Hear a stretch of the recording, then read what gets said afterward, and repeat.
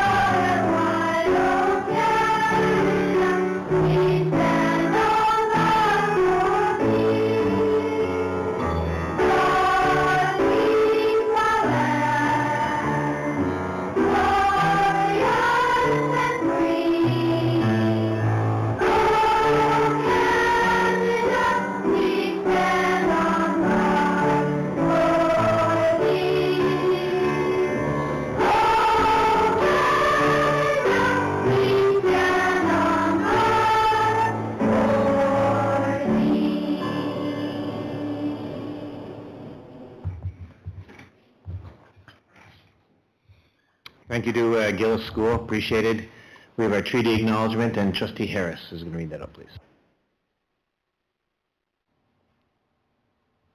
We acknowledge the traditional land upon which Sunrise School Division resides as Treaty 1 territory.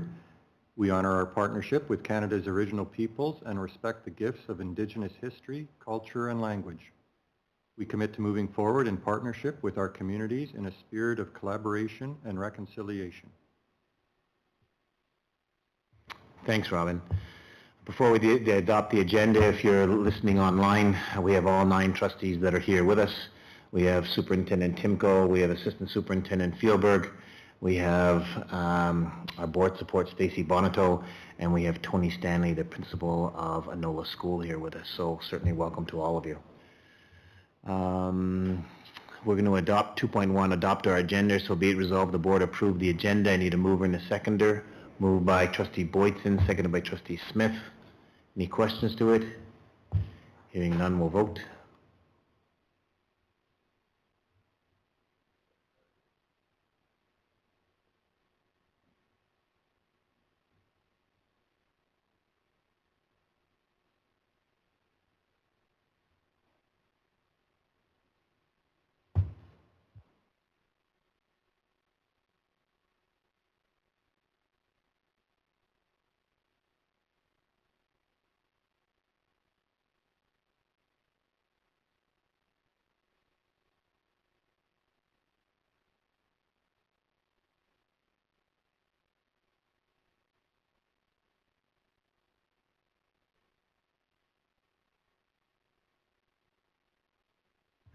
Okay, so somebody was telling everybody to join the meeting, didn't quite join the meeting, and that was my fault. Apologies for that.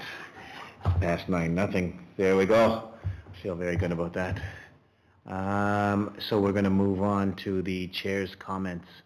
I will tell you that I did attend a meeting that the province hosted yesterday with all board chairs and superintendents, and it was about it was yesterday? Thanks, Kath. It was about the information about the student, the action plan to enhance student presence and engagement. You now have all received copies of that.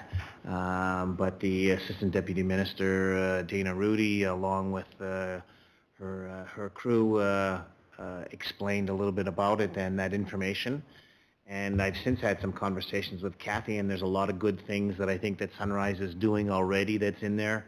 A couple of key things that I thought that were there is that they wanted student attendance to be talked about on a regular basis at board meetings to talk a little bit about what are some of the things that we can go ahead and do.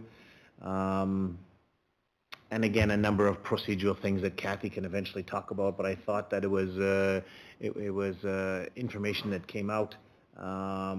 And again, I think that there's lots of, I think over the next little while we'll hear lots of pros and cons. There were some really good questions that came out, and one of the questions that came out from one of the superintendents in the city was that as we're looking at all these kind of things, you know what, if school divisions you know, are charging for activities or charging for extracurricular activities, a lot of children don't attend on those days because they don't have the money to go ahead and do that.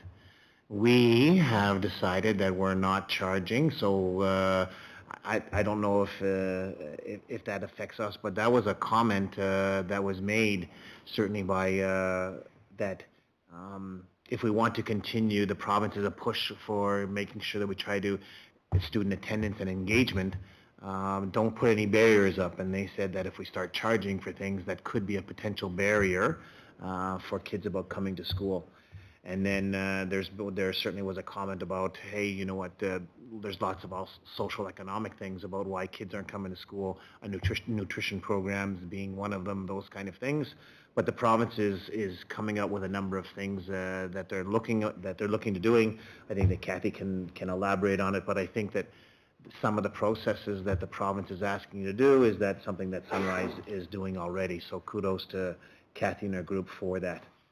I also wanted to tell people that to send questions. Are we going to send questions today to? You can send them to me. Okay.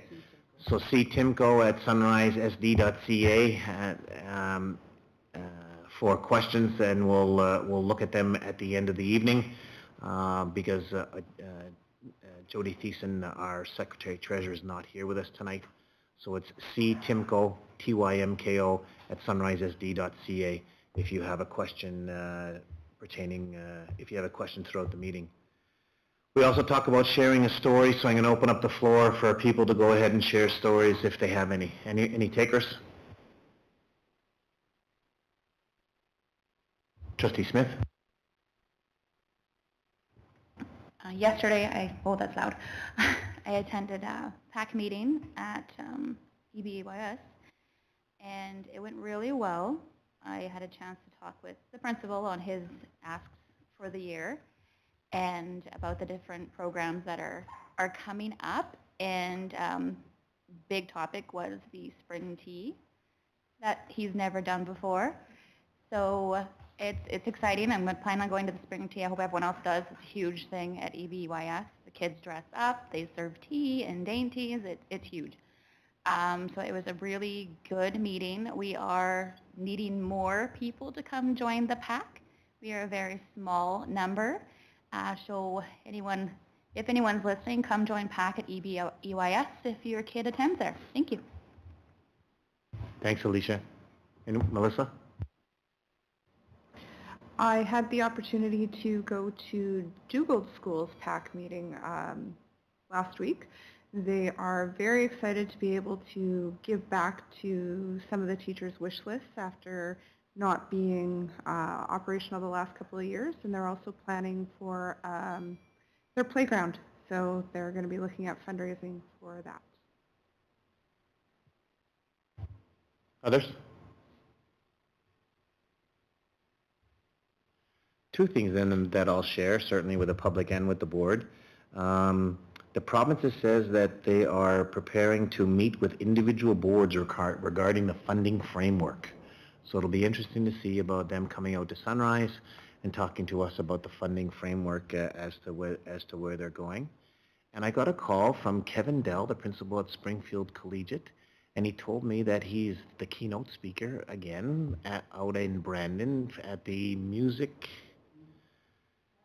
No, it's the Music Teachers Association, Music Teachers Graduation, or anyways, something like that out of Brandon University. He's done it before, and you know what? Kudos to Kevin. About him going out there, and he's been doing that for a number of years. This is, I think, the second year in a row, or second time that he's been asked to be a keynote speaker. So kudos to Kevin, and thanks for sharing, Kevin, about that. But that's pretty impressive, certainly for us. Anyone else? I was also in Powerview School today, and it was, I was doing something about high school hockey, but it was just great seeing kids running around and excited about school. And you know what, when we talk about what it was like a little while ago to what it's like now, is that school's back at her. So it's great to see. So kudos to all the schools for certainly about doing that. All right, so we're going to move on. Thank you. Share a story. We're going to move on to the board delegation, and I'm going to let Kath, you introduce. Thank you, and welcome to the principal of Anola School, Mr. Tony Stanley, who will be sharing with you some of the highlights of what's going on with the Anola School presentation.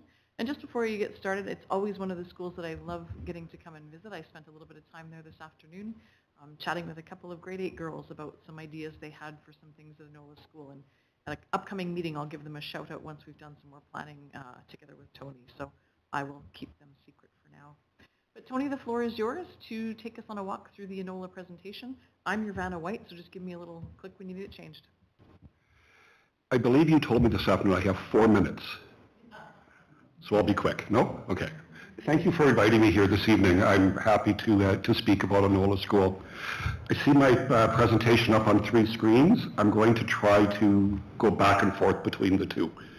I didn't bring any paper. My vision, I'm getting older, so I'll try to figure it out. So thank you, everybody. Next slide, please, Ms. Timko.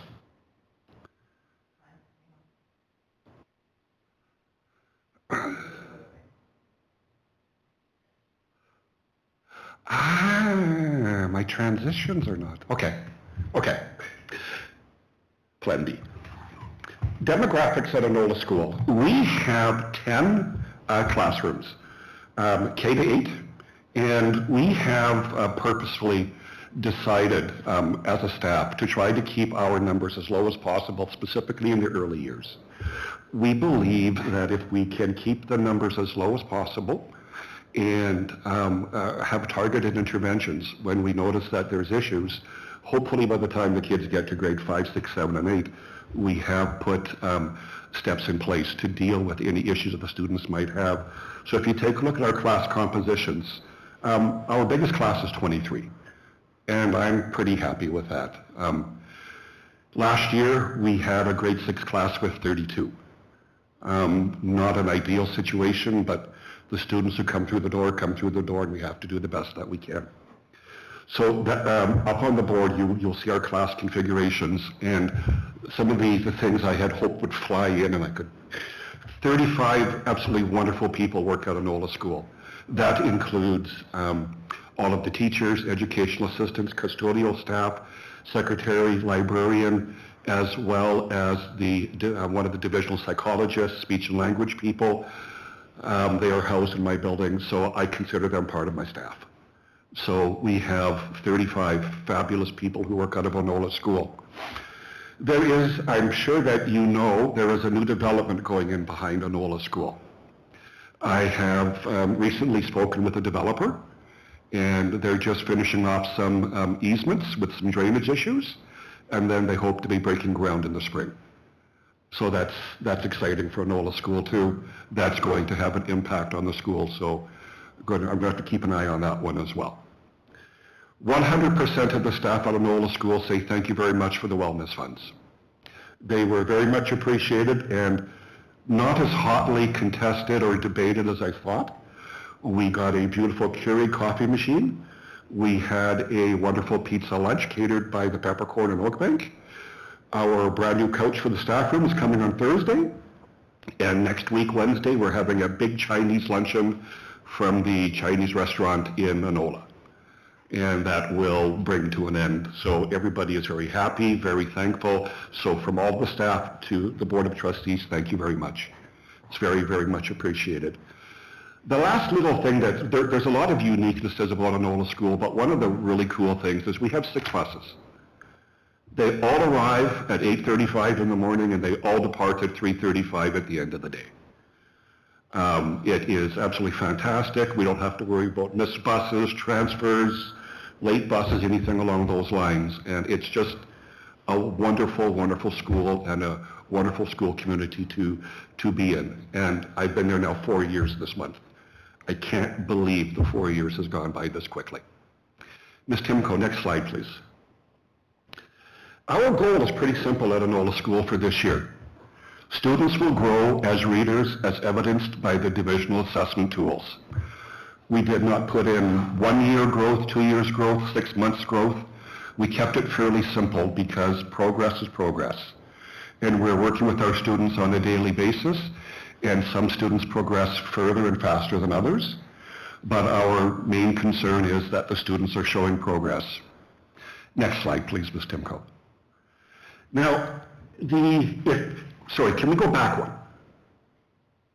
If you take a look, it says by the divisional assessment tools.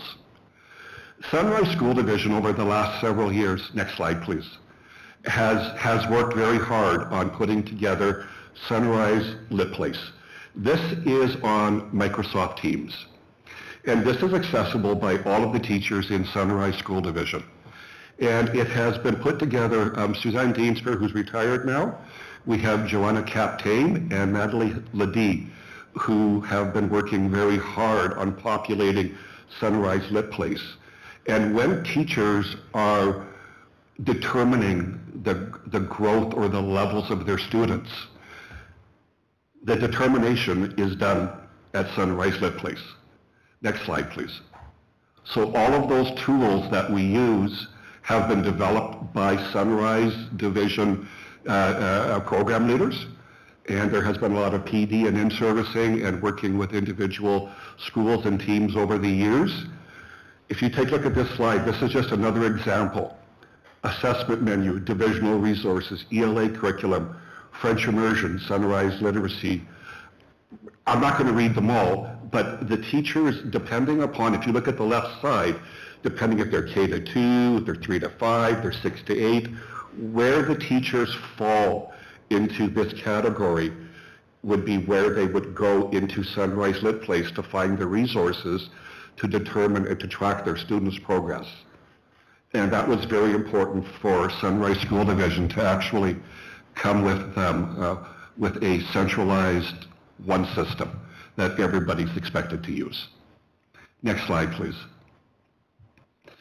Now, along with using Sunrise Lit Place and the resources that are there, one of the things that Sunrise School Division has been advocating very strongly for the last several years is the use of class profiles. And Anola School, all of the teachers in the school do have their class profiles in place, and they are working. And if you take a look at this slide, if you take a look at the right-hand slide, it says F&P text level gradient. That's a Fontes and Pinnell text level. So when teachers are doing reading assessments with their students, they take a look at, their reading materials are leveled. So grade 1 would be, you can see there it goes from D, E to J, right? Yeah, it's very faint. So that would be the window of students in the grade 1. You would hope that they would fall someplace in there. Next slide, please. This is a class profile that's been done by one of our teachers, Brittany Zinnick, in grade 3. And I've taken all the names off and jumbled things up, so there's no way of identifying which students this refers to, but these are real students. So if we take a look down, the far left-hand side, we have M, K, N's, L, M, H, I, and we have an A.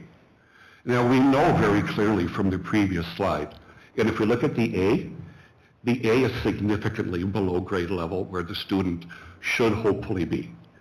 But if you take a look, the comprehension is good. And when we come across and we go across the lines there, that student, engagement, yellow, the teacher uses cautionary. So for her, she's very visual. So by having her class profile like this, just at a glance, it's easy to see. So there was the one caution in the yellow, and then structural organization to the end were in red, which means there's significant issues that need to be addressed in there. Next slide, please, Ms. Timko. We also have decided that instead of the teachers every single year going back to the CUNE files and looking to see what supports each student has had since kindergarten when they've come to the school, we added a section to the class profile. Now, we've been told we can always add, but we can't delete. So we did some additions. So what we have on here is we have counseling, social work, speech.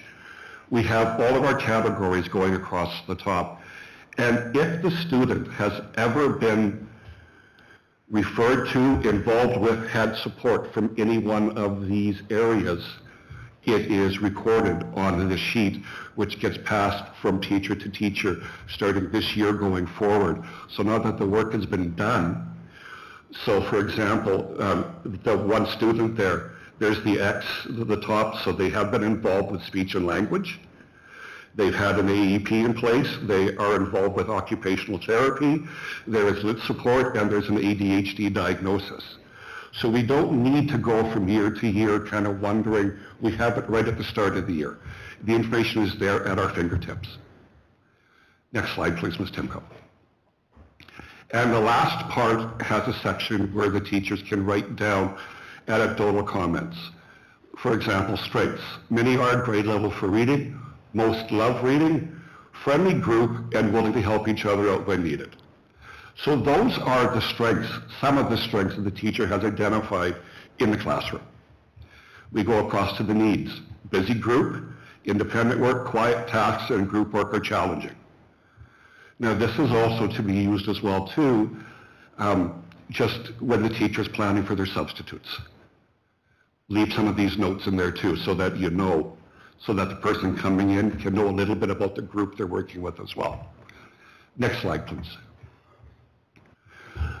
So now we come down to, I've talked a lot, but what's actually happening at Anola? Program leaders are actively involved in both math and ELA with Anola. Program leaders, Alvin Stevenson, Joanna, Natalie, they're involved. We do have it's there. Several teachers are working with Natalie Ledee on a guided reading project. We have 4 teachers who are involved working with that project. This is year 2. We're using the reading and writing progressions from the Lit Place that I talked about class profiles. On January 31st, I have 3 teachers who are going to visit another school in the city that is actively doing a reading program. So we've got substitutes already, hopefully they stay secured. We have substitutes secured for them for the day, and there's 3 of them going. And at our February staff meeting, they're going to come back and they're going to report and do a presentation to the staff about what they learned and see how we can integrate that. Ongoing PD focused on literacy. We have Lunch and Learns. We have a Lunch and Learn coming up next week, and the focus for that one is on web applications. So we're asking each teacher who comes to bring one, and they'll take one, and we're going to spend time as a group going through some of those websites so that all the teachers who come, it's totally voluntary, all the teachers who come, we're going to have Subway lunch there, and people can bring a website and spend half an hour, 45 minutes having a sandwich and engaging in that conversation and showing their colleagues about the app that they use and its benefits. Next slide, please. Reading and writing progressions, literacy assessments for all students. We do the grade 3 provincial assessments. And I had talked, once again, a little bit earlier about the literacy project with the program leaders. I just wanted to emphasize that because that's a fairly big commitment for the teachers and for the program leaders involved in that. Now, we also have Artists in the School coming up. I think it's early to mid-March. She's coming in for 2 weeks, and the focus is art and reading comprehension. I'm really looking forward to that. And she's there for 2 solid weeks, working across all of the grade levels, so that's going to be fantastic. Next slide, please. Progress. So what I did is I took this class profile, and we started off with the M, and with the last report card, I'm showing the progress. So from M to N, LMN, progress. K to K, they're still at K, but they're still working through it. I want to focus down on the bottom. Look at the A. Look where the A went. Went to CD. That's a huge improvement. And I'm really looking forward and excited to see what ends up happening by the end of the year. But I already know by looking at that student has shown growth in their reading so far this year. And it's only going to get more and it's only going to get better. Next slide, please, Ms. Timko. So classroom profiles are being used to help identify students with specific learning needs, including literacy gaps as well as enrichment needs. Reading and writing progressions being used, classroom teacher assessments, observations with support from student services teachers show the development of the skills that are going on in the classroom with the students. Next slide, please. Money. School-based decision making. I put the dollar sign for the S on purpose. I showed this to a few people and they said, maybe don't do that. I thought, nah, that's me. I'm putting the dollar sign. Next slide, please. So this year for the school-based decision-making money, number 1, books for classroom libraries. Each teacher, whether you teach phys ed, you're the music teacher, you're the band teacher, has been given $300 this year to buy new books. And that money is coming out of SBDM. So that's $3,000 right off the top. And so far, about half the teachers have utilized it. And I will be ensuring that everybody orders their $300 worth before May the 1st. So that money will be spent and allocated. We're using some of the money I budgeted for to be able to send 8 teachers to different schools to observe and to see what's happening. If a teacher wanted to observe in another school, great, but they can also observe within the school. And I have made the offer several times that I will go in and cover your class while you go in and you observe and you partake in another class to go in. And I've had one person so far this year It's new, so it's going to take a little while before it catches on and before people are really willing to do that, but that's absolutely wonderful. Food for meetings, lunch and learn groups, we're using the money for that. Team leaders in the early years and middle years. I have Lisa Carrier being a literacy team leader for the middle years, and I have Robin Turner being a literacy team leader in the early years. And we also have Amanda Dent, who is the team leader provided by the division, and her focus is also literacy. Lunch and learns, we've talked about that. Next slide, please, Ms. Timko. That's it. That's it. That's what's happening at Anola School. If anybody has any questions that I can answer, please feel free to ask. I'll do my best. Appreciate it. Thanks, Anthony. So we'll go around.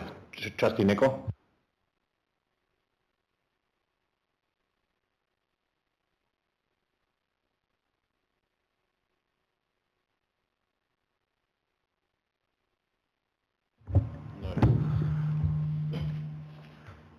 It's a statement. I'm just saying that if those teachers that haven't bought books, I would encourage them to buy books as soon as possible, because that means the kids can start reading as soon as possible. I totally agree. We do have fairly extensive classroom libraries in the classrooms, so the students do have materials to read. I'm just trying to get them refreshed and letting people know that. But yes, definitely. Anyone else? Trustee Smith? Did the children have any input on the books that they may want in their classrooms? Absolutely. Yes. Yes, I encourage students to go talk to the librarian, and they can give their book suggestions to her. I actually had a student go down today. He was talking to me about dragons, so I gave him a title of a book that we don't have and sent him to the library to talk to the librarian about ordering the book. And the classroom teachers, they definitely do talk to the students and get their wishes, their choices. It's a lot easier in the early years, just because the students are always talking about the books that they love. And when you get into the higher grades and you get into a lot of the more juvenile fiction, romance, things along those lines, it becomes a little bit more difficult. But yes, we definitely do seek input from the students because they're the ones reading them. So yeah, definitely. Trustee Dent? There we go. Thank you, Anthony, for that presentation. I was just thinking about the development. You were talking about meeting with the developers, and do you have any idea what kind of impact that development will have on the school? Like, how many new enrollments do we anticipate? That kind of thing? I don't know. All I know is that they're looking, what he told me is looking at 35 houses, 2 6-unit apartments, and I think a couple of side-by-sides. Like, so I'm anticipating 40, 45 families. And if we look at, I know there's programs that figure out, but I'm assuming that'll probably have an impact of 20 to 25 students on the school. That's kind of my thinking. Probably about a year and a half from now, it's going to start. That's my thoughts from talking to the developer. Trustee Boykin? Just a couple of questions. One of them is, I was just wondering if everybody's talking about volunteers, how they're not coming back, and they're, different places are noticing the lack of them, and I was wondering how it's affected at Anola School, if you've noticed that people have been coming back, how the community is supporting it. We do have a couple of volunteers who have started to come back. COVID was a very difficult time, as all of you know. Had great impacts, and just an aside, I don't think we're going to realize all of the academic fallout from COVID and all of this. It's going to be years, before we find out exactly. So I'm not sure. Other than we do have people coming back into the building now. There was, we had a volunteer yesterday reading to students. And then my other question was, you mentioned that teachers are going to visit other schools, and I'm just curious if there are other schools in our division or outside of our division. It's in Winnipeg, I forget the name offhand, but they are going to a division in the city. And that's just simply because one of our teachers has a connection at that school, and she has a friend and knows what they're doing, and then talked to the principal and made all the arrangements. Others for Anthony?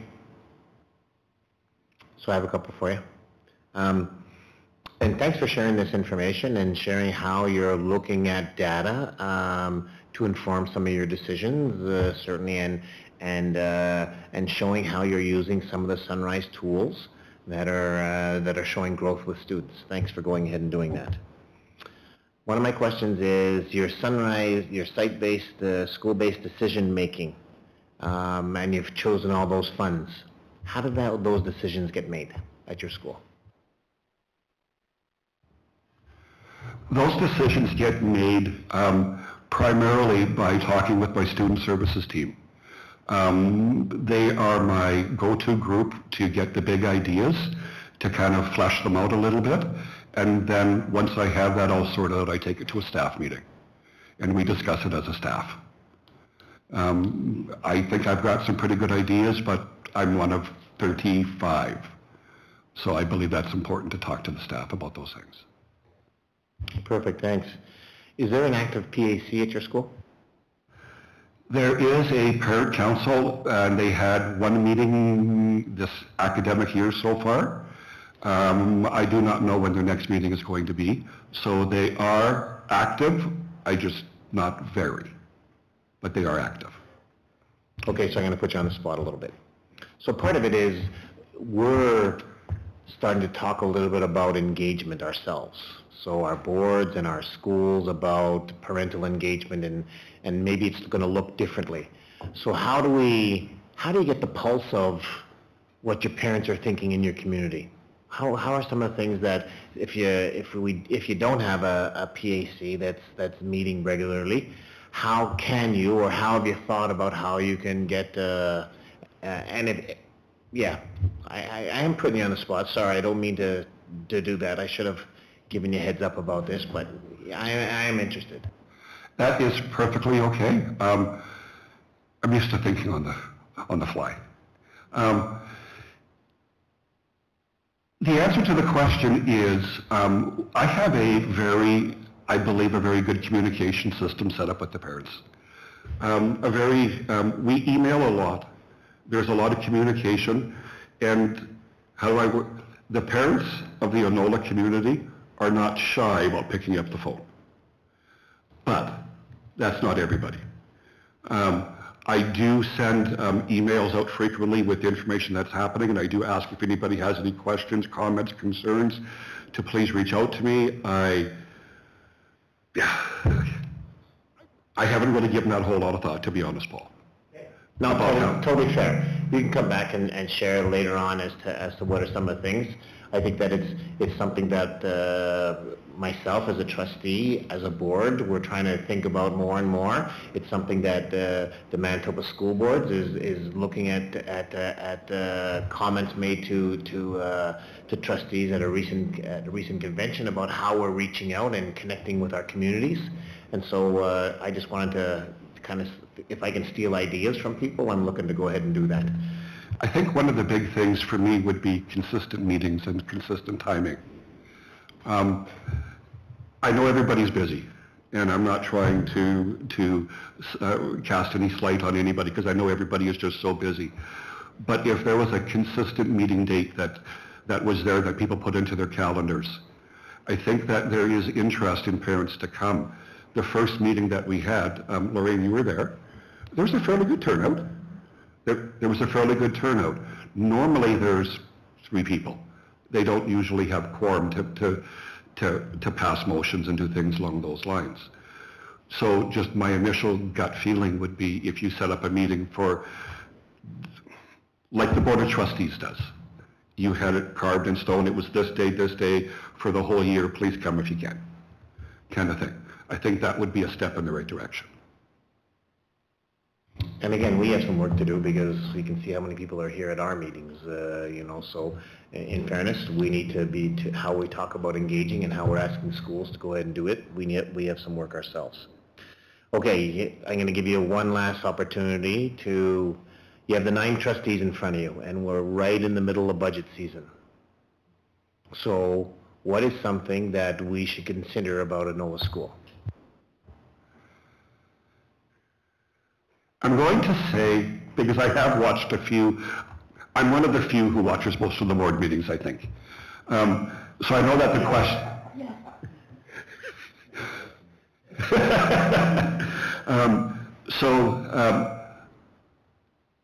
I truly believe in my heart, and I'm saying this with all honesty, the budget that Anola School has each year is adequate.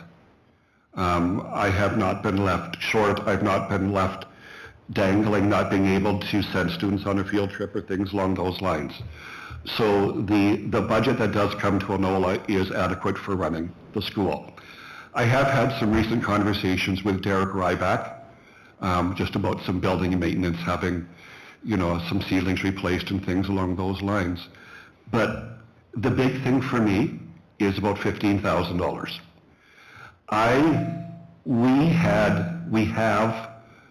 We are building 4 outside structures. The material has been purchased. Last June, the materials were delivered on the last day of the school year, $10,000 worth of lumber, and it is tarped and behind a fence behind the school. So it's there, it's safe. The challenge that I'm having, that we have, is to get parent volunteers. That was the original plan. We had a lot of people saying, yes, let's, yeah. So we have the plan, we get the pads done, everything's done, it's nice and neat. And then the building permit expires because we have not been able to get people out to build them. So I do have a quote from a private contractor who can come in and build all 4 of them for us. That would be my wish. And then I would also say to anybody else in any other school, don't plan on parent volunteers. Parents are wonderful, they have the greatest intentions, but like I said earlier, life gets involved. So that would be my one thing. I would love to have $15,000, $16,000 to hire somebody to build them in the spring and just have it done and not have to worry about coming on weekends and things along those lines. That was an oversight on our part. I've learned. Thanks, Anthony. Don? I'm just curious, where do you get the $10,000 for the lumber? Where did I get it? Yes.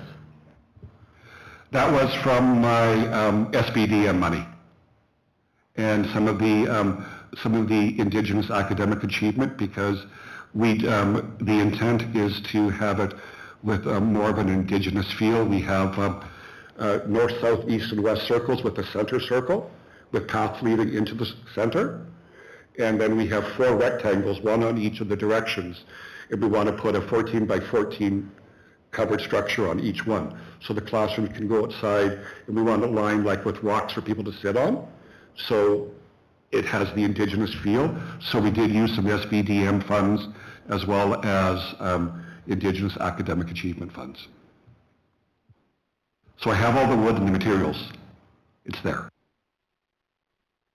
Thanks very much. Any other questions? So we appreciate you coming out, Anthony, and sharing the information about Anola School. You know what, you've given us some great information, how your school is constructed with your grades and your staff. We appreciate you coming. Thanks very much for being out here. Thank you for the opportunity. I really appreciated it. And to say honestly, this is the first time, and I don't know how long I've been out past 7 o'clock at night. Okay, drive safe then. We're going to keep going with our fight in our agenda, 5.1, our minutes.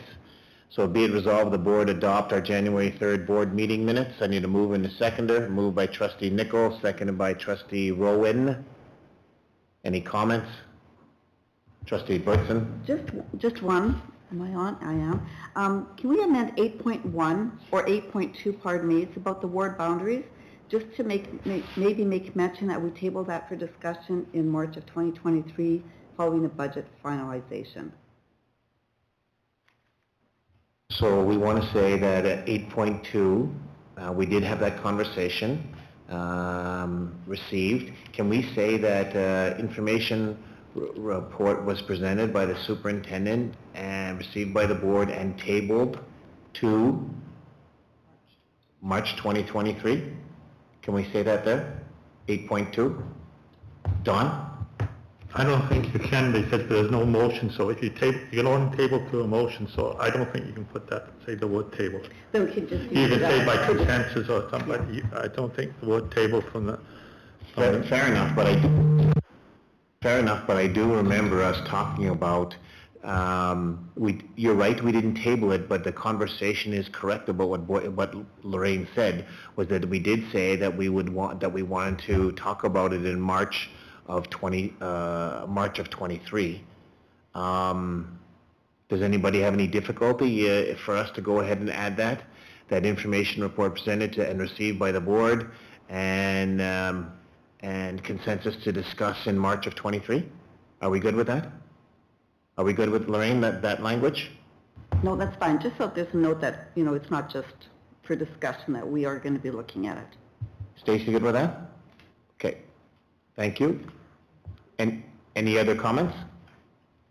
Trustee Smith? I guess the resolution would just say that be it resolved the board adopt the minutes with amendments. Perfect. We good with that? All right. No further? Then we'll go ahead and vote.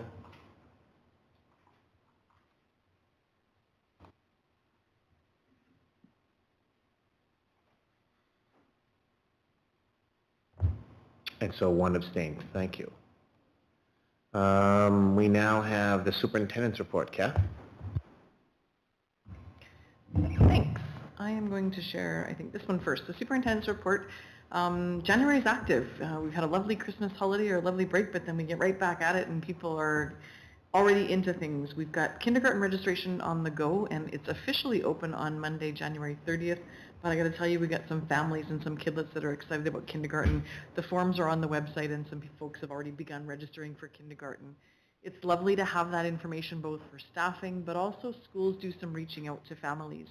So if we know of families that have a little kindergarten student who's ready to start school, it's important to get registered because then some of those resources or orientations and all of that information gets to folks in good time. The second piece that I wanted to sort of speak a little bit about, and I haven't actually shown this at a meeting, but we have a Sunrise framework. And I think it makes sense here because you would have seen a school plan. Every one of our schools come here and they present to you their school plan, which is really just one goal. But that's not the only thing that schools work on. Paul spoke a little bit about Manitoba Education having an action plan, and that student presence and engagement sits firmly in this action plan part. These are the areas that we have expected practices in for all of our schools. So all of our schools work on numeracy and literacy and French immersion and Indigenous education and mental health, and they have expected practices in here, but then they will flush out what's the thing that they feel they need to spend the most work on, and that's here in the goal. Some of the supports that you'll hear schools and ourselves talk about, I came 2 meetings ago and spoke to you about program leaders and their role. I talked to you about clinicians, actually Lars talked to you about clinicians last time. And then this time we're also going to talk about our divisional resource teacher because these are some of those supports that we offer for schools. So in here you'll see that our divisional resource teacher is a support that gets put in place to help with a number of things. They will plan for programming for students who have exceptional needs. They'll help the student support team at the school in how that programming might be delivered. They'll work with administrators or the student support staff, classroom teachers, and again, trying to make sure that we're building capacity in schools for helping those school teams do the work they need to do with students who might have some exceptional needs. The person who's in this role in our school division is Lorinda Bradley. So she's out and about in schools under the direction of both the divisional and the school teams. High school students are wrapping up semester 1, so they're creeping up on the end line where they have exams coming in the last week of January, and they will be hitting the ground for semester 2. It is really important that they finish up all of those assessments and eke out all the credits they need to get. So this is not the time to sort of say, oh, I'm tired. It's time to just kind of maybe knuckle down and get those credits in their belt. And also checking the report card to make sure that we're on track with our credit completion. Schools will be coming out with course selections. And those course selections have compulsories and optional courses. And we want to make sure you have all of our kidlets planning out for what do they need to take to make sure they're on track for what they need for graduation. Again, I keep saying don't hesitate to call the school if there's any little bit that doesn't make sense. They'll be more than willing to help you out with that.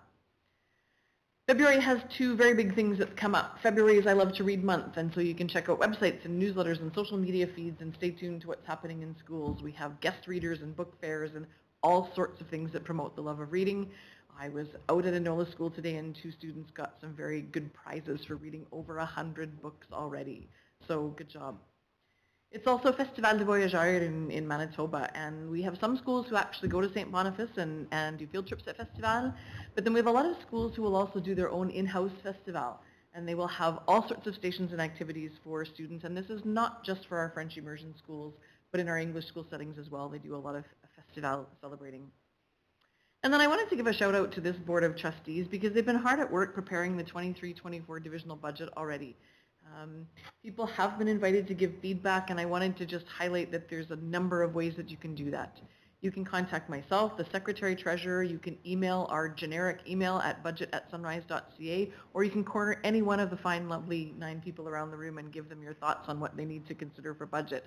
But it really is important, and the folks in this room care about what matters to you, so make sure you find some voice to say what is important in those budgeting times. That's it. Thanks, Kath. Any questions for Kathy? So 2 for me, Kath. So I Love to Read month. I know a number of years ago there was a principal that dyed his hair teal green because kids read so many books. So has any schools kind of talked to you about doing anything like that this year? Back in the day when I was a principal, I think I had to spend the day on the roof in the middle of March. So they aren't going to tell me what it is the things are because I might be suggesting some things to their staff. But no, I haven't heard any of the challenges that are issued. Sometimes I get pictures. That's great about getting our kids reading. So nice work certainly out there, and the kids at Enola School for reading 100 books. Awesome to them. Kath, can we go back to that learning framework? Yes. So you made a comment, and you and I talked a little bit about this, and just a little bit further. We often hear from schools about, tonight Anthony talked about the literacy, and their school goal being is that he wanted to see growth in literacy. But you also mentioned that there are a number of other divisional initiatives. I don't know if today is the time to talk about it, but I'm sure that there's some trustees that are here that don't quite, what do you mean the other initiatives that are going on? For instance, we have some things in numeracy that schools have to do and those kind of things. Can we, can you address that sometime with us so that everybody then gets an understanding is that there are a number of things that you expect from all of our schools. Tony highlighted today that they do reading, but all the schools have to do a number of other things that as a division we require them to do. Did I say that right, or would you want to comment on any of that? Yeah, I could probably babble on for a really long time about all those great things, but I will note that you want to have a little look at what those expected practices are in all of our schools.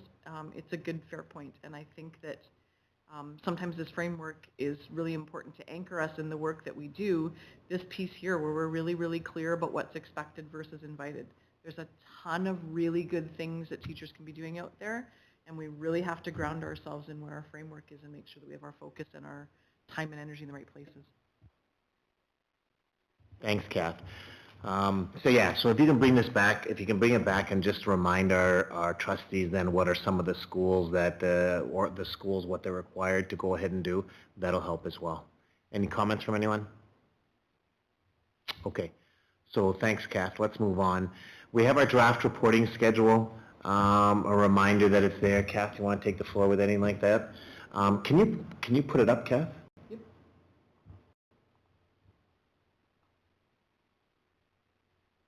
Yeah, if you can enlarge it, so we've all got that, just a reminder, these are the things that are coming up. So January 17th, the boxes are ticked off. You'll see what's required in February for us.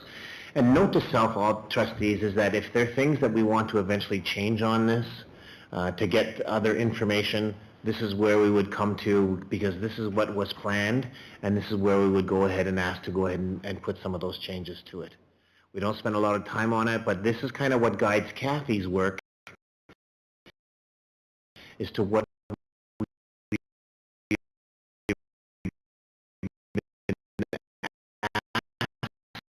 asking her to go ahead and do.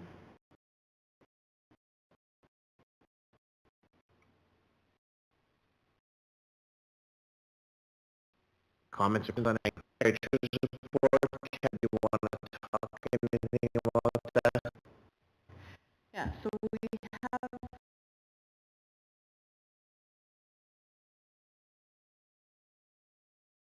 have Jody Thiessen is on paternity leave right now. So we have our Secretary Treasurer designate is Lars. So we'll table the report till next time, or we'll make sure you have a robust report for next time. And you know what, that's totally fine, and everybody's thoughts are thinking with Jody, so yep, you know what, no issues. Let's move on to our board business, our strategic plan.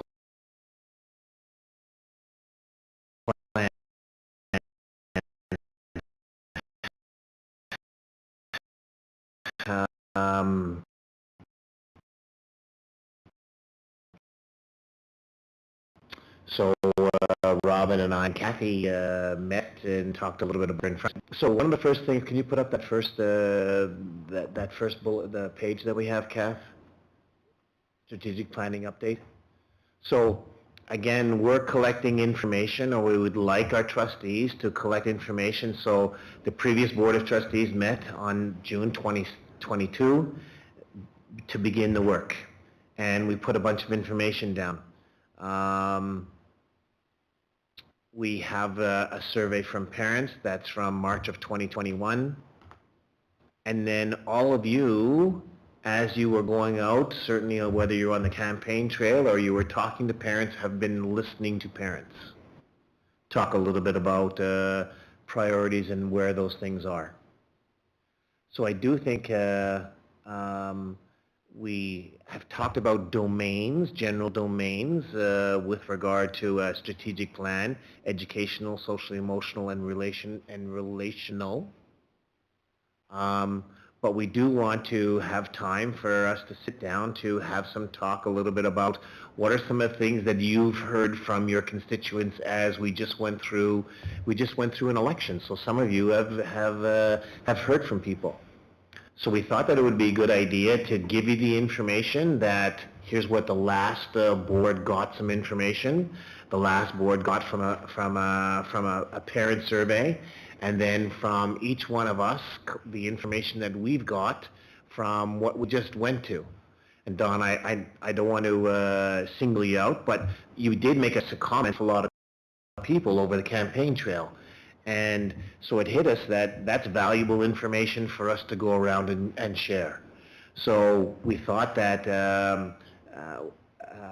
we have some general themes, or we're going to call them domains, but we do think, though, that it's real important for us to meet, to sit down and talk about what we heard, and if there's anything then different from there. How did I do? Robin, do you want to add anything to that? Only that what you're seeing on the screen, those three domains, is just a general, I had the word before and I lost it, darn. A starting point of where we think we want our strategic plan to be directed to, those three general domains.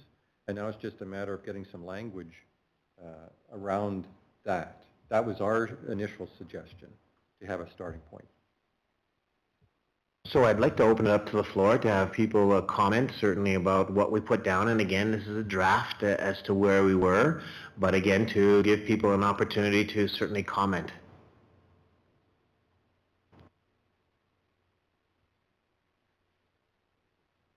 Dustin, sorry.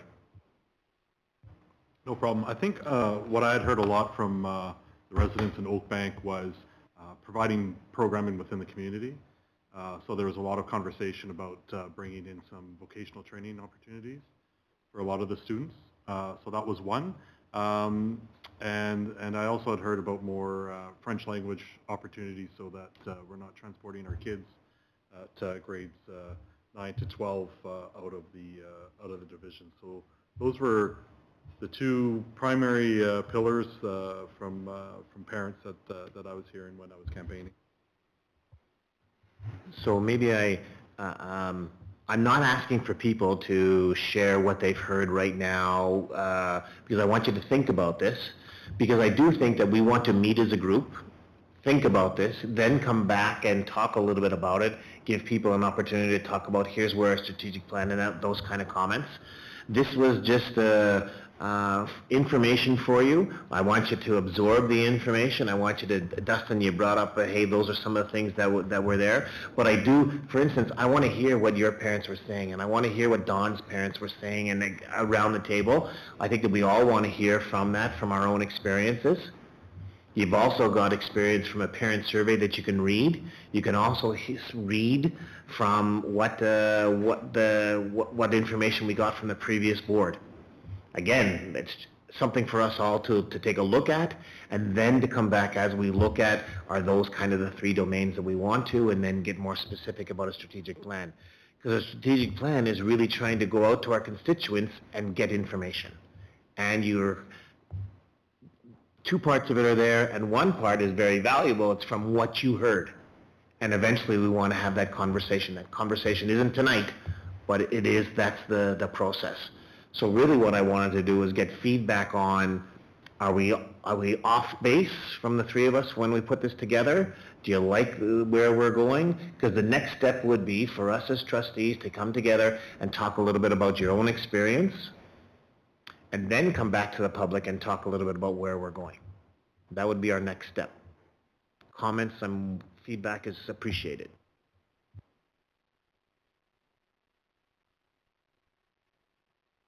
Don? Yeah, I think it's important for us to think about it and again, I think that, again, I'm looking at the calendar in January and February, and I can see that we're so busy.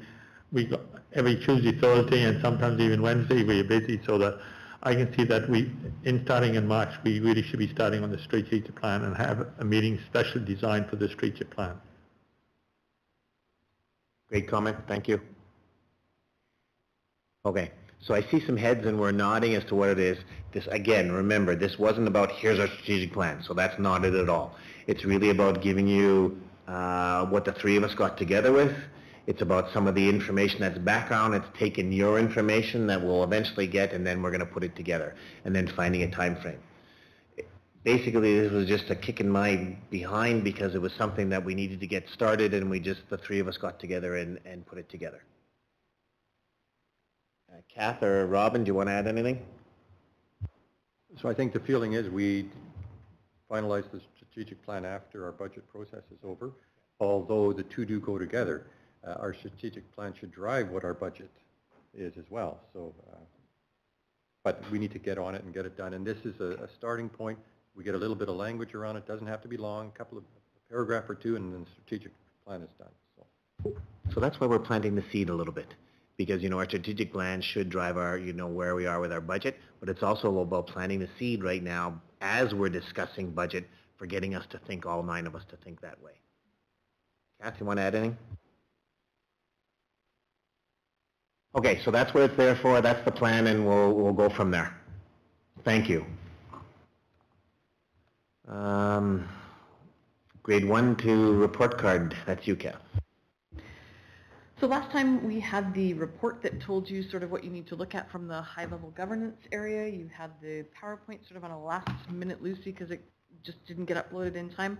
So you now have had a chance to look at the data. And there was also a request to kind of give an executive summary or what are the things that we see in the data. So I have 6 quick points that I wanted to sort of lay out for you. First of all, if I were to look at the data that we have in our grade 1 to grade 8 report cards, the initial benchmarks are right on track with what we would have seen in previous years. If I were to layer that data one on top of the other, there is nothing that stands out as, oh my goodness, what happened here, or this grade is well below or well above what they would have done. They're not the same, but they are very, very similar, and they're within a reasonable range.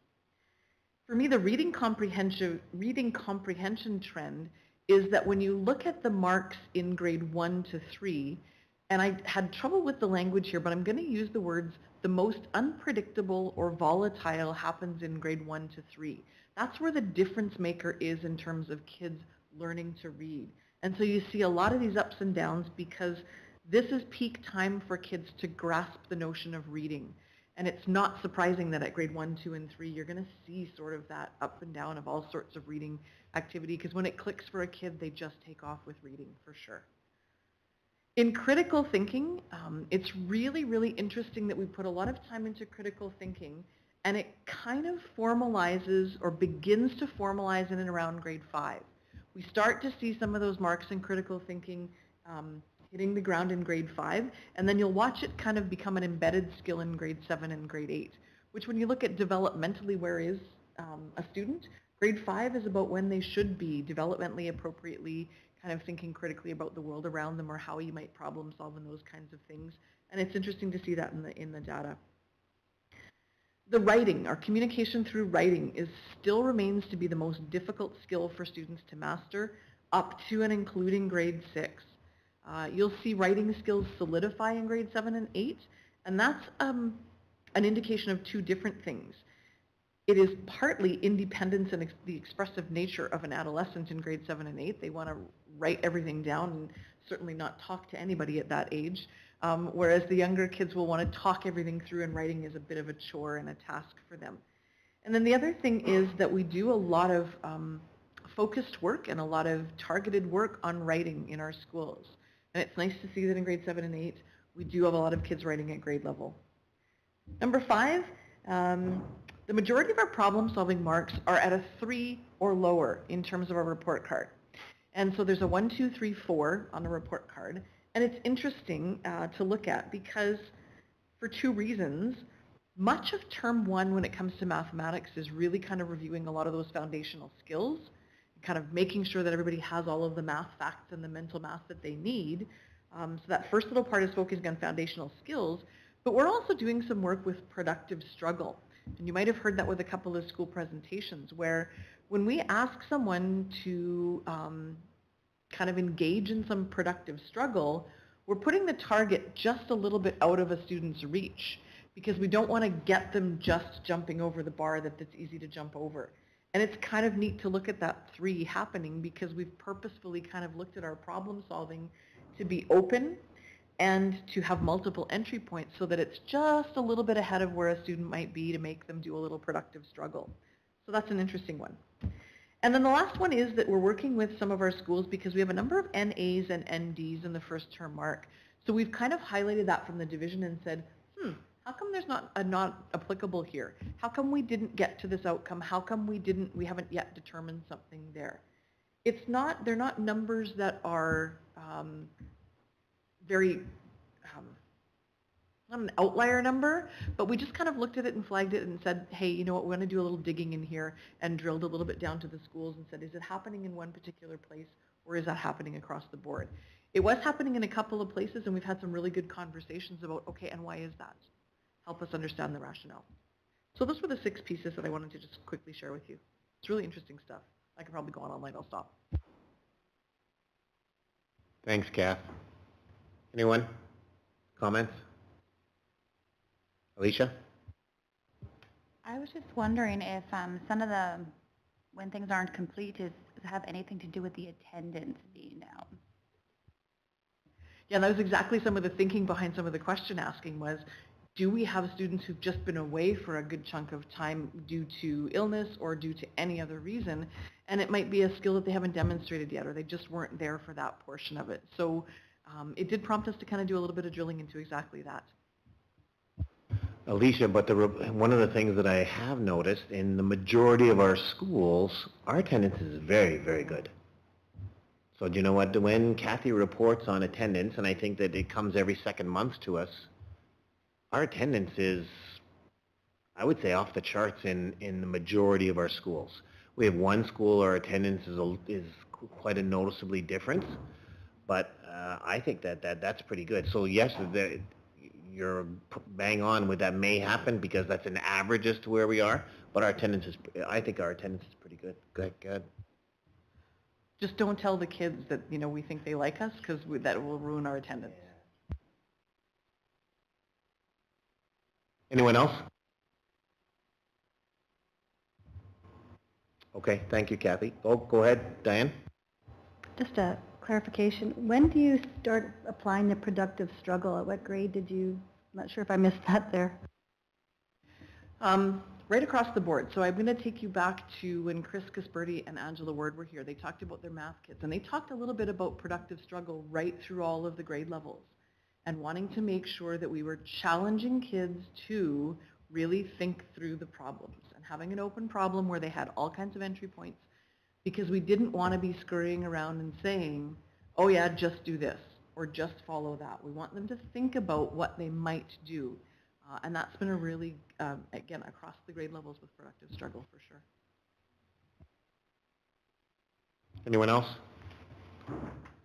Okay, thanks, Kath, for doing that. 8.3 is about the Manitoba School Board's raffle prizes donation. It's brought up by Trustee Boyton. Lorraine, I'll give you the chance to address this. Okay, I don't have my information with me right now, but they always ask for donations and for prizes, and the money's going this year to NEEDF. And I think I sent it to you in the email. I can't remember exactly what it stands for, but I think we should donate something on behalf of our division, so I just wanted to know if the trustees would support that. Can you talk historically, you and Dawn, talk a little bit about historically about when we talk about raffle prizes? Can you talk and share, certainly with the rest of our the new trustees, about that? I guess historically we've asked the schools to, like for instance, we just say SCI, they have shops there, they might make something and they will donate that. And I remember one year we had some tables donated by one of the schools, and I have to admit that one of the demographics of the school division is the Hutterite Colony. And the Hutterite Colony, the kids may not donate, but the colony themselves do a lot of donating. So if the trustees that had the Hutterite schools would go and check with the colony, so we might get some donations from there. Because I think every Hutterite colony in our division has manufacturing going on. So conventions that I've attended, it has been a combination. Sometimes, you know, the division has just put some money out and bought a gift as a prize, or, you know, we found a donation. So we've kind of done both over the years, so we can do either. One of the things that I think that we found special, and why I wanted you guys to talk about what's happened over the years, is that at the convention, you know, certainly all school divisions are there, but there's some pretty impressive things that are done, and it's a way for us to highlight some of our schools for some of the things that our kids can go ahead and do. And this is not new. This has been ongoing, because there's been some very good woodworking and manufacturing things that has come across from Sunrise. And it is a pretty proud moment that we're showing off and saying this is what some of our kids are going ahead and doing in our schools. And I was always the one, as I went as an assistant superintendent, I would turn around to someone else and say, what are you guys doing?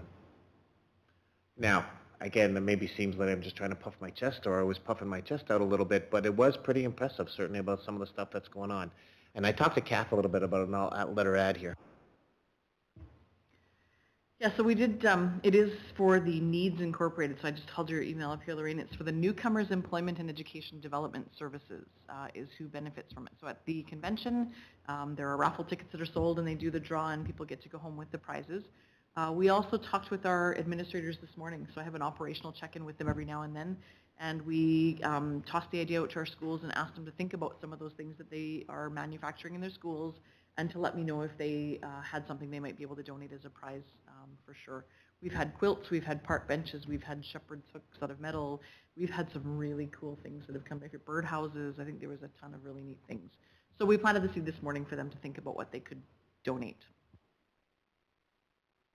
So, we're looking for that, but Lorraine, are you also looking for that if we can't, that we look at doing something else? Or what are you suggesting?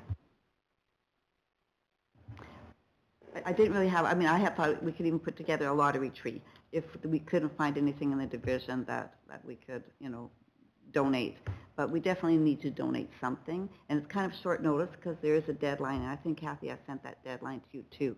So I wasn't sure, you know, given the time, what we can get together out of the division, but we definitely could buy something. So, two things. Let's find out if we can get something from the school. And it can be and or, but if we want to do something, then we probably need a motion from our board to talk a little bit. If we're going to spend money, we want to spend $200, we want to spend $500, we need a motion to go ahead and put this together. So, motion that I'm thinking of is that we certainly leave it with the superintendent and find out if we can do something from the schools. Otherwise, do you know what, we look to spend X amount of dollars for the raffle at the MSBA as a donation from us. So do I know exactly, so when you're all looking at me, like, is it a money tree, is it a TV, is it whatever, I have no idea, but let's put a dollar figure to it and for the motion. Trustee Harris? So we have 3 weeks till our next meeting. Perhaps we could ask the superintendent to poll our schools to see if there's an opportunity to get in-house prizes made for MSBA, and if that cannot happen, we can always have a motion at our next meeting for any cash. We good with that? We good with that? Great idea. And Robin's going to come up with the motion next time anyway, so that's perfect as to what it is. Good. Okay. I've got one already if you want it. Yeah, I Coming out of your wallet. Yeah. Okay, thanks for that. We'll go to 8.4, Parent Council Status Update. That's you, Kat? Yeah, so this will be one of those things that is on our regular report. We've given you the contact information and the meeting times. We've got people's names and telephone numbers on there that you can certainly share with any interested parents if they want to get in touch with a parent who is kind of spearheading the parent council organization in your schools. It was one of those regular things we wanted to kind of look at.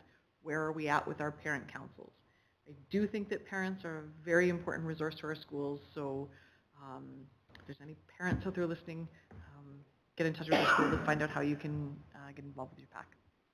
So thanks, Kath, for putting this together. I think that we talked about how we want to certainly engage with parents. This is one of the ways to go ahead and do it. So thanks for putting this information out. I would encourage you, and because I'm going to bring it up at our kind of as a standing item, certainly about our PACs, to have this conversation so as to where we are, and are we active as we're saying that we are? I would love to say that the Powerview PAC is as active, and it's probably not as active, but I can tell you the person that's there is doing a formidable job with some of the things that are going on. But I would like to see if we can reach out and find out. Trustee Nicol? Yeah, for those people, for the trustees that didn't have a chance to see my email that I sent yesterday, this was dealing with the PAC that's put out by the Manitoba government. I think it's 49 pages long. It gives you the responsibilities of what the principal's supposed to be doing to the PAC, the teachers, the parents, the students. It's a very good document, and I guess it came out from the fact that we had a PAC meeting last night too, and very similar to some of the other ones. We had very few people turning out, and we've got a plan, and we're hoping on February the 13th that the plan will come to fruition, and I will share it to the rest of the trustees what we are doing to try to encourage parents to attend PAC meetings. Great, Don. That was a good document. Thank you about that. And I think that Kathy just reminded me is that the Public Schools Act, I believe, talks about that. Do you know what? We want to have relationships with our parents, and whether it's a PAC or a parent council or whatever, and however that looks like. Maybe that's different now about as opposed to meeting on a monthly basis as to where things are. But I do think that's something that we have talked about as a board, wanting to have a conversation with and see where we are, and eventually talking with our schools as to kind of that relationship. So thanks for this information, and let's see where we can get to. And we'll try to be talking about this on a regular basis. Robin? I haven't had a chance to read that document yet that Don passed along, but would it be helpful to include a news and announcements on the Sunrise website that we're looking for PAC teacher volunteers? Here's a document that gives a background on it, or is that not appropriate for that?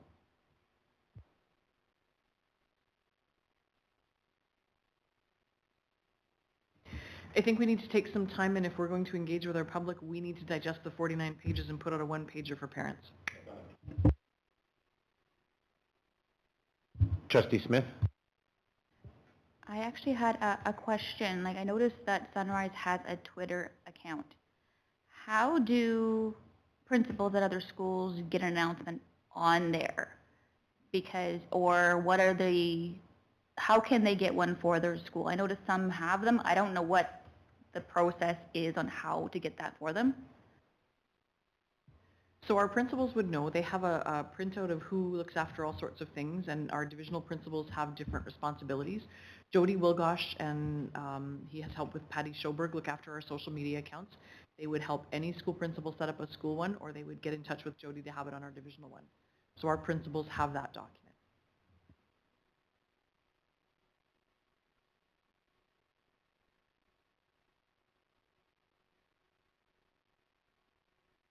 Sorry, who asked you? Jody? Oh, well, then remind the principal to go check the divisional principal document. I would say remind the principal to pick up the phone and Yeah. call somebody, you know what, and Alicia, you should not know that. The principal can pick up the phone and call this person here to get that information. Interesting. Thank you. Thanks for sharing about that. So PACs, so we have now we're into our committee reports, our policy committee update. So I'm going to turn it to our policy chair. Floor is yours. Okay, you guys are keeping us busy here. Everybody has a copy of the minutes that took place for the meeting of January the 12th. And I was just going to go over a couple of the items that came up in the new business. One of them was the ad hoc committee payments, and Diane and I had talked about that, and she clarified that that would fall under special meetings payments. And so we also talked about, you know, that we could still highlight that as being special meetings, including ad hoc, but we didn't really want to make a tweak to the indemnity bylaw right now because then you need your 3 readings, and that was just done. So we agreed that the next time that that is reviewed, we would put that little ad hoc note in there. Otherwise, it still is covered as to how the indemnity will be given out under special meetings. If everybody was okay with that, that's what the committee decided on. The next item was the learning sessions. We agreed that chances of us ever finishing a meeting in enough time to go through some of the things in the learning sessions is going to be very slim. We do want some kind of a process, but we don't want to spend a lot of time to develop something. So we kind of thought that if there wasn't on our agendas, if there was a spot at the end of our agendas, a standing agenda item that could say if the meeting was completed by 8:15, that we could look into our learning items and have a discussion not to be extended past 9 o'clock. So in this, it wouldn't be a huge process that we're developing. We're not putting anything new into the organizational, just something on our agendas that would just, and then we could still do the learning items, and that kind of would be covered under that. 4.3 was just a notice of motion that's going to be coming forward because we were asked to do some tweaking regarding rented and leased spaces. So that's pretty self-explanatory. And then 4.4 was the operational bylaw. And we had talked about when we have in-camera items that, you know, if health information comes up, or that we have to be a little bit more sensitive about some of these items that would have been maybe in a public meeting that should have been in camera. We didn't find a need to change the operational bylaw because it already says that, confidential items would be in camera. But maybe just to an increased sensitivity to when you see an item, when you're putting it either in camera or in the regular agenda, that you kind of really think about what might come up in our discussions. Not that we have to change the operational bylaw, just an increased sensitivity of where that would go. And it was great that, I think it was Dawn that identified that, that item, some stuff might come up. And that's where, a job that we would all kind of take on, that maybe something might come up and it needs to go in camera, but nothing that we would actually have to change the operational bylaw on. And other than that, everything else is self-explanatory. And one other thing was that it says that the next policy committee meeting, it's the wrong date. It should be February 2nd at 6:30. And that has already been changed, but your copy didn't have a change in it yet. That's it. That's all I have. So can we just get head nods that we're good with the first thing that you talked about, and it was about the yes. We're not going to go ahead and change it in the indemnity bylaw, but just making sure that everybody was okay. So obviously your committee members are okay with it, and I just want to make sure that everybody else was okay with it. Go ahead. We will change it, but not until we have the next review of it, right? But we still are going to go ahead and give an indemnity to the people at that. I think that it was understood, but now we're talking about it. I just want to make sure that everybody around the room is good with that. Diane? Just FYI that we had, I believe Jody's not here to confirm, but we were adding that to our Finance Committee discussion at our next meeting, which is at the end of this month in January, just to have that discussion about ad hoc committee. And if anything new is discovered in that discussion, we could bring that back to the board, but we've kind of conceded that we will. Ad hoc is hard to determine how many meetings that would entail, where our other committees have flat rate for joining the committee, so that was a discussion that we were going to have as finance, so we'll probably come back when Jody's back next month or after and discuss it. And that's fine, but as we move forward, I just want to make sure that everybody, your committee talked about that you were good with it. I just want to make sure the rest of our trustees are good with it as to where we're going. Right, so special meeting indemnity will apply. Yes. So I just want to know, I just want to nod from yes. Melissa, are you good? Russ, you good? Yeah. Oh, you're on that committee. I'm good with it. Okay. And you guys are on the committee and you're good with this? Dustin? Yeah? Okay. So then, good to go. So thank you very much for that.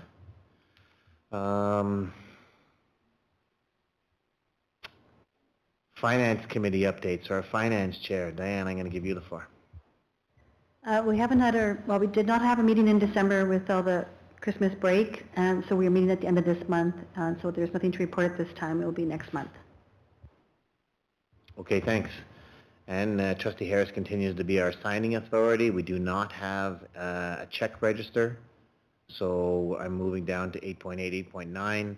8.10 is the Educational Foundation Committee, and my understanding is there's nothing to report at the time on the Education Foundation Committee.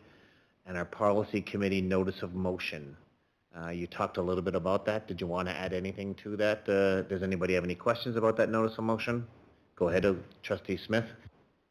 Mine actually isn't a question about that. It's about the check registry. How come we don't actually see it?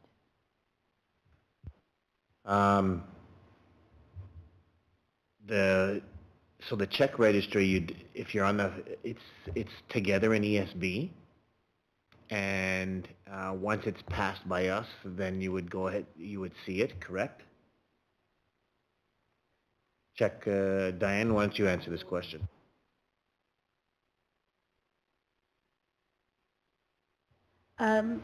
Well, as a member of the committee, it's very accessible to me, so I would believe, though, that it has been on ESB that people can review that. We usually would bring the summary report to the board. Once it's been approved at the committee meeting, that would just have the summary of the expenses approved for the month. But I'm sure Jody has told me, and maybe Stacy can confirm that they are on ESB for review at any time, and Finance Committee minutes as well. So Alicia, to answer, any trustee can see the check register because it is on ESB. So anybody can go ahead and see that. And that's been long-standing for us. So if you ever want to, the issue is, though, a check, we haven't brought a check, we haven't brought one for us. We're still into, I think it's, pardon me? Yeah, we've done to the end of October, so we need to do November and December. So it hasn't been brought forward by the Finance Committee. However, the information is there on ESB for trustees to take a look at. Does that make sense? Don, do you want to add anything to that? That's where it is, right? Trustee Harris? So just to add more clarification to that, it's on ESB under the Finance Committee stuff. So according to this, the Finance last meeting was November 16th. So on ESB, if you went to November 16th date, you would see all the finance documents, which would include the check registry information. So it's not a part of our regular meeting, it's part of the Finance date meeting.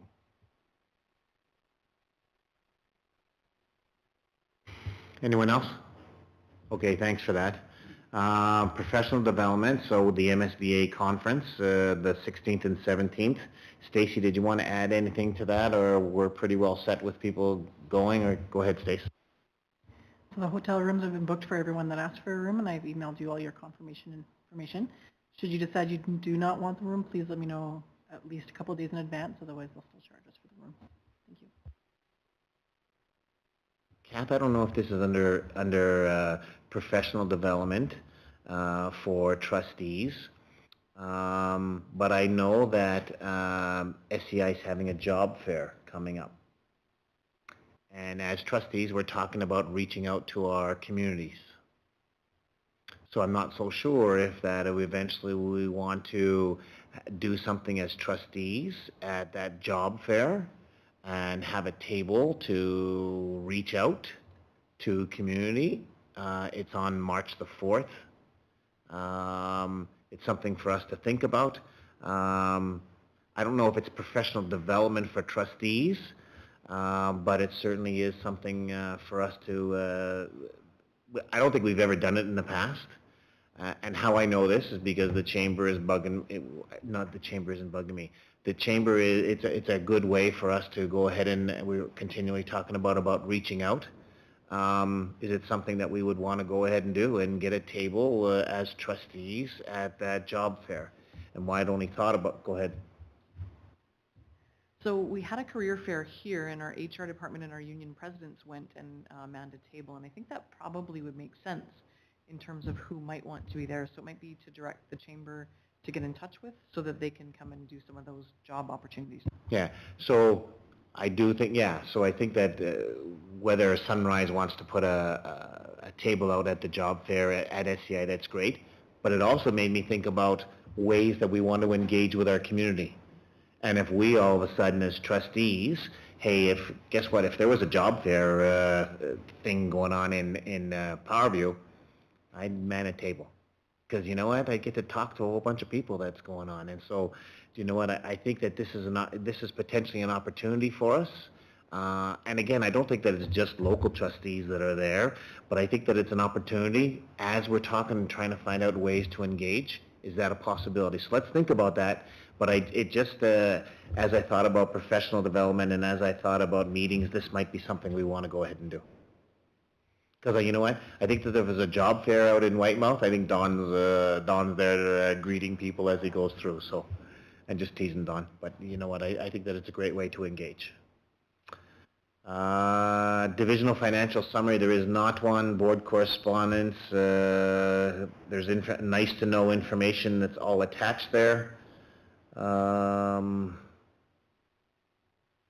Upcoming meetings, you'll see the number of meetings that are there. A budget presentation for February the 23rd. Press releases, I don't think there are any. Questions from the public. Kath, do you have anything from the public?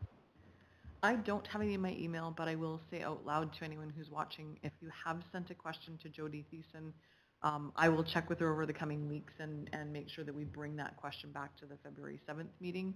So just in case you had done that ahead of time, to make sure that your question gets brought back in the future. Thank you. We do need to go back into in-camera, but there is nothing really that's, that Trustee Harris has for us in camera that are going to come out from the public that's watching online. You're more than welcome to, where we think that there's any kind of motions. We're probably about 5 to 15 minutes in camera still, but I think that that's, we're done for us, right? So we're going to adjourn our regular, and we're going to move into in-camera to go on. Thank you.